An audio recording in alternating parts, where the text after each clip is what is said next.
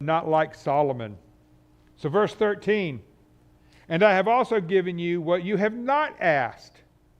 Okay? Because he was wise enough to ask for wisdom, God is now going to give him both riches and honors, so that there shall not be anyone like you among the kings all your days. So if you walk in my ways, okay, there's a stipulation. If you walk in my ways to keep my statutes and my commandments, as your father David walked, then I will also give you longer life. I will lengthen your days. Then Solomon awoke, and indeed it had been a dream. And he came to Jerusalem and stood before the ark of the covenant of the Lord, offered up burnt offerings, offered peace offerings, and made a feast for all of his servants. Now 2 women, verse 16, 2 women who were harlots came to the king and stood before him. And one woman said, O my Lord, this woman and I dwell in the same house, and I gave birth while she was in the house. Then it happened the 3rd day after I had given birth that this woman also gave birth. And we were together.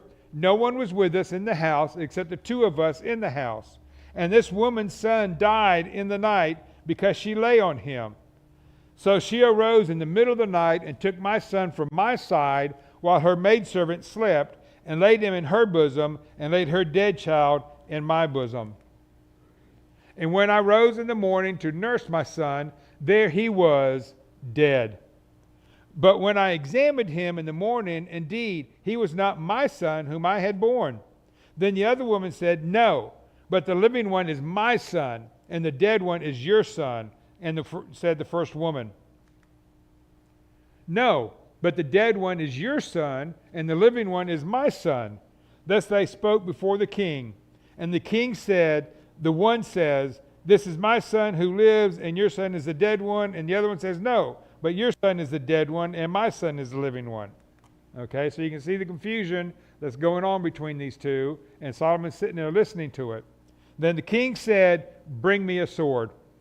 So they brought a sword before the king, and the king said, Divide the living child in 2, and give 1/2 to one and half to the other.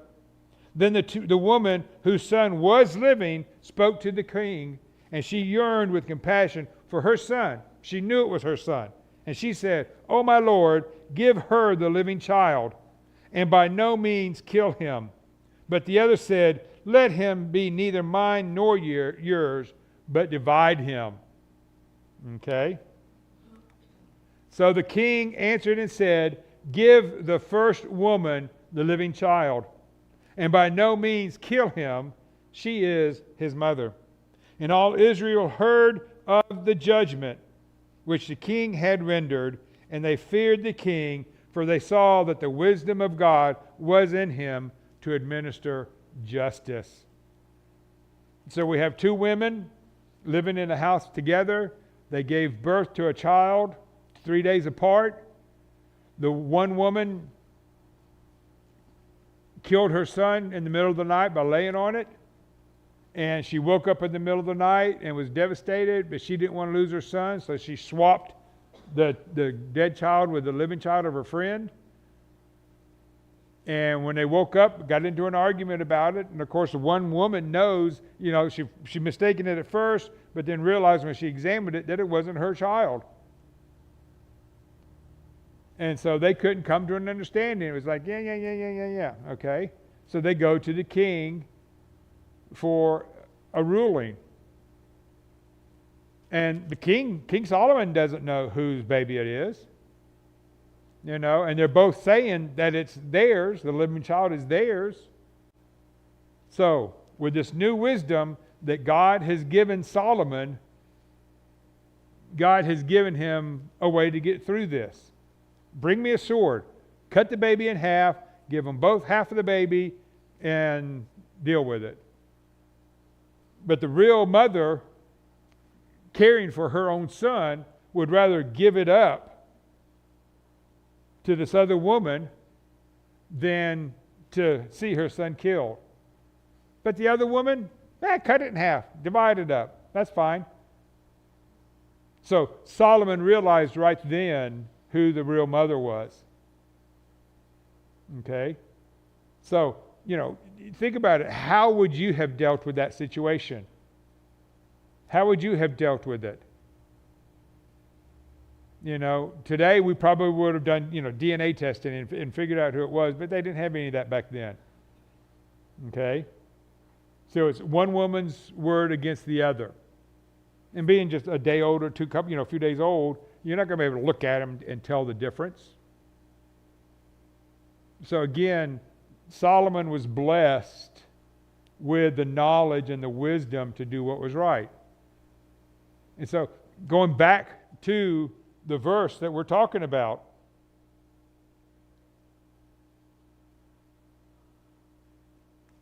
verse 13, who is wise and understanding among you? So this wise and understanding person God is talking about here is not just a person who is street smart or a person who is book smart or a genius. He is talking about a person who is level-headed, a person who doesn't let his background or traditions or his opinions get in the way of his decisions. Last week we looked, or a couple of weeks ago, we talked about, justice. It's the statue with the woman blindfolded holding the scales. The blindfold represented that there was no bias into their decisions, that is based strictly on the law. And that's what he's talking about here, that it should be unbiased.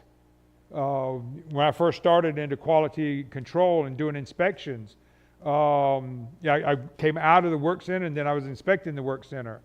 And my first inspection, I wrote them up like crazy about all these things that I found.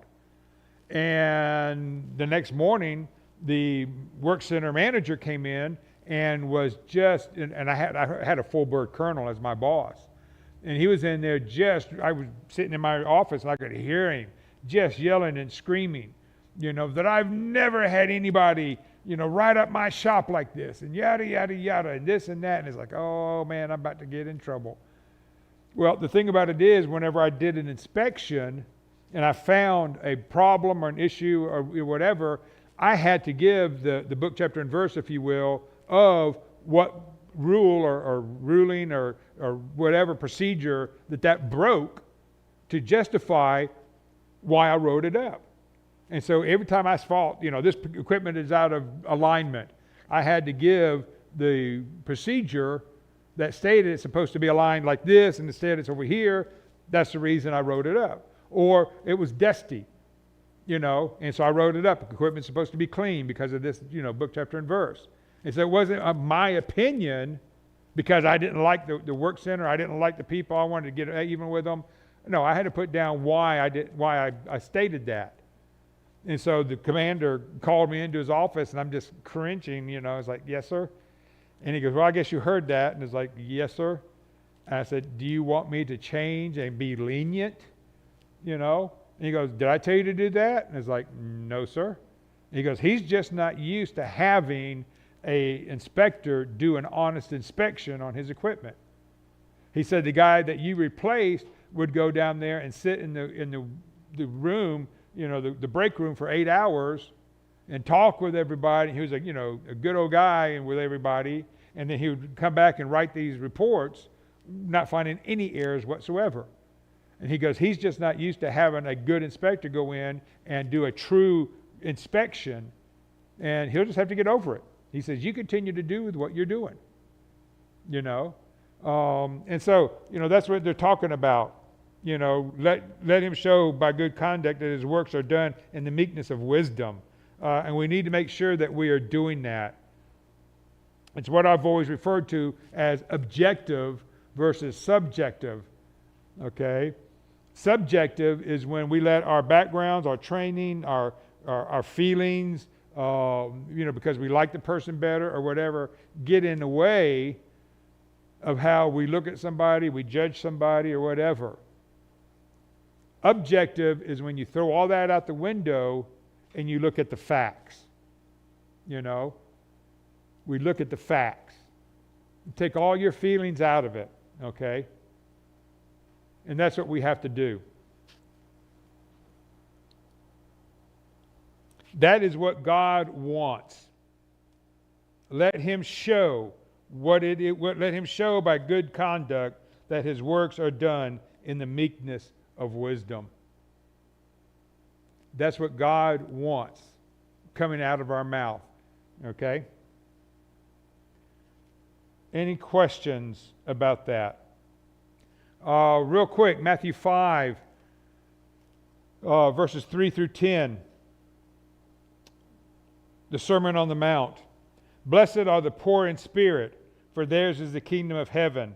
Blessed are those who mourn, for they shall be comforted. Blessed are the meek, for they shall inherit the earth. Blessed are those who hunger and thirst for righteousness, for they shall be filled. Blessed are the merciful, for they shall obtain mercy. Blessed are the pure in heart, for they shall see God.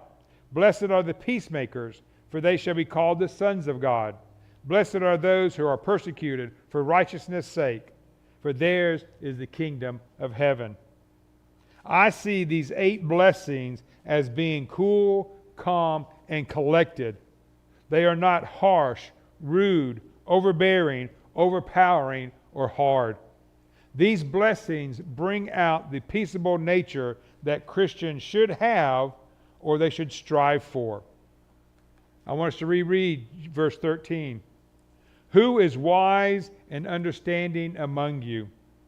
Let him show by his good conduct that his works are done in the meekness of wisdom. Okay? The meekness of wisdom. But that's how God is wanting us to be. He wants us to control our tongue, control what comes out of it. He wants us to be that Christian, okay, who is wise in what he says, what he does, how he interacts with people. Okay? We need to be the same. We need to be objective. Just like Solomon was. You know, he could have looked at it and said, oh, this woman was more beautiful. She needs to have a child. So I'll give the child to her. No. He looked at it objectively and came down with the perfect way, the perfect ruling to figure out who the real mother was and gave her her child back. And so the other mother had to deal with the fact that she didn't have a child anymore. That's where we're going to stop there at verse 14. Any other questions or comments about this? Of what we've looked at today, going down through verse 13.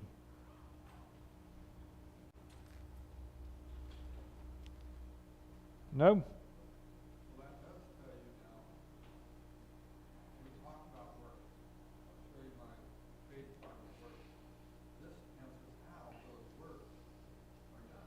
Right.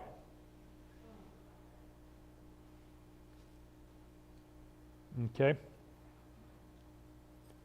All right then. Thank you for being here.